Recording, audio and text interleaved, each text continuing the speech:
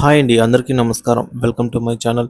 ఈ వీడియోలో ఉద్యోగులకు దసరా కానుకగా డిఏలో 30,000 మాత్రమే అండి. క్యాబినెట్ పలు కీలక నిర్ణయాల గురించిన తాజా అప్డేట్ ఈ వీడియోలో తెలుసుకుందాము. వీడియో ఎక్కడే కానీ స్కిప్ చేయకుండా ఎండ్ వరకు చూడండి. అప్పుడు ఇన్ఫర్మేషన్ పూర్తిగా అర్థమవుతుంది. వీడియో చూస్తున్న ప్రతి ఒక్కరు వీడియోకి లైక్ చేయండి. అలాగే ఈ వీడియోని తోటి మిత్రులతో, ఉద్యోగ పెన్షన్ మిత్రులతో అయితే షేర్ చేయండి. కొత్తగా మన ఛానల్ చూస్తున్న వారు సబ్స్క్రైబ్ చేసుకున్నట్లయితే దయచేసి మన ఛానల్ని సబ్స్క్రైబ్ చేసుకోండి. దీని ద్వారా నేను చేసే లేటెస్ట్ వీడియోస్ అన్నీ మీ వరకు రీచ్ అవుతాయి. ఆలస్యం చేయకుండా వీడియోలోకి అయితే వెళ్ళిపోదాము. ఫ్రెండ్స్, ముందుగా ఉద్యోగులకు సంబంధించినటువంటి ముఖ్యాంశాలు. గుడ్ న్యూస్ అండి. ప్రభుత్వ ఉద్యోగులకు త్వరలో డిఆర్ఎస్ అలవెన్స్ డిఏ పెరుగుతున్నట్టు సమాచారం. పెన్షనర్లకి కూడా డిఆర్ఎస్ రిలీఫ్ పెరగనుంది. ఇదే జరిగితే ఉద్యోగులకు జీతాలు, పెన్షన్లు భారీగా పెరిగే అవకాశం ఉంది. మీడియా రిపోర్ట్స్ ప్రకారంగా అక్టోబర్ నెలలో కేంద్ర ప్రభుత్వ ఉద్యోగులకు డిఏ అందించే అవకాశాలు ఉన్నాయని వార్తలు వస్తున్నాయి. దీపావళికి ముందే ఈ గుడ్ న్యూస్ ఉద్యోగులకు అందించబడవచ్చు అని అంచనా వేస్తున్నారు.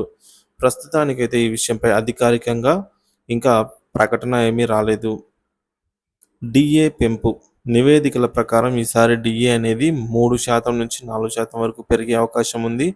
2023లో అక్టోబర్ మొదటి వారంలో డిఏ పెంపు గురించి ప్రభుత్వానికి కొంత సమాచారం అందించే అవకాశం ఉంది. కొత్త సమాచారం. ప్రభుత్వాలు ప్రతిసారి డిఏ పెరిగినప్పుడు ఒక ప్రకటన విడుదల చేస్తాయి. ఉదాహరణతో స్పష్టం. ఒక ఉద్యోగి నెల జీతం 3,000 రూపాయలుగా ఉన్నట్లయితే 30,000 రూపాయలుగా ఉన్నట్లయితే బేసిక్ శాలరీ ఒక ఎంప్లాయీ బేసిక్ శాలరీ 30,000గా ఉన్నట్లయితే సో బేసిక్ శాలరీ 18,000 రూపాయలు అనుకున్నట్లయితే సో ఫ్రెండ్స్ ఇక్కడ క్లియర్గా రాస్తాను చూడండి. సో ఒక ఉద్యోగి యొక్క గ్రాస్ అమౌంట్ అయితే 30,000. ఇందులో basic salary so basic pay వచ్చేసి 18,000 అనుకుంటే వారికి 9,000 రూపాయలు డిఏ లభిస్తుంది. అంటే ఉద్యోగికి వచ్చే బేసిక్లో సగం మొత్తం డిఏగా అందించబడుతుంది. సో ఇందులో డిఆర్ వచ్చేసి 9,000గా ఉంటుందన్నమాట.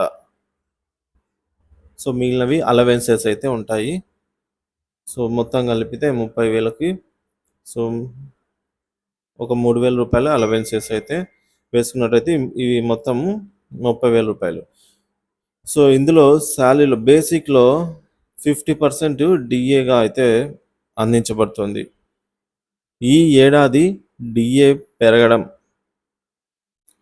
అంటే ఈ ఏడాదిలో డిఏ అనేది పెరిగితే 18,000లో 3% పెరిగింది అనుకున్నట్లయితే అంటే మూల వేతనం 18,000లో అట్లీస్ట్ 3% పెరిగినా కూడా 540 రూపాయలు ఎక్కువగా అందించబడుతుంది.